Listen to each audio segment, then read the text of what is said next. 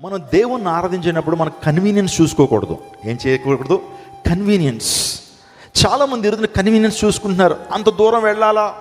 జీవం గల దేవుని సంఘం ఒకటి స్థాపించబడినప్పుడు, దేవుడు ఆ సంఘంని నాటినప్పుడు దూరం అయిపోతుందండి, అదండి ఇదండి అని చెప్పి మన కన్వీనియన్స్ చూసుకుని దేవుని వాక్యాన్ని మనం నెరవేర్చేటువంటి వ్యక్తులుగా ఉండకూడదు. నా ప్రియత వచ్చిన ఒక విషయాన్ని గమనించాలి. మనం దేవుని యొక్క ఆజ్ఞలకు వ్యతిరేకంగా వెళ్ళటానికి వీల్లేదు. దేవుడు ఏమైతే చెప్పాడో దాని ప్రకారమే మనము దేవుని యొక్క సన్నిధిలో మనం దేవుని ఆరాధించాలి.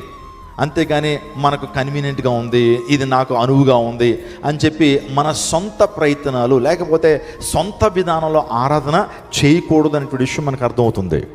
దేవుని వాక్యానికి ఒక క్రమం ఉంది. దేవుని ఆరాధించేటువంటి విషయంలో ఒక క్రమం ఉంది. దేవుడు ఆత్మ కనుక ఆరాధించి వారు ఆత్మతోనూ సత్యముతోనూ ఆరాధించాలి.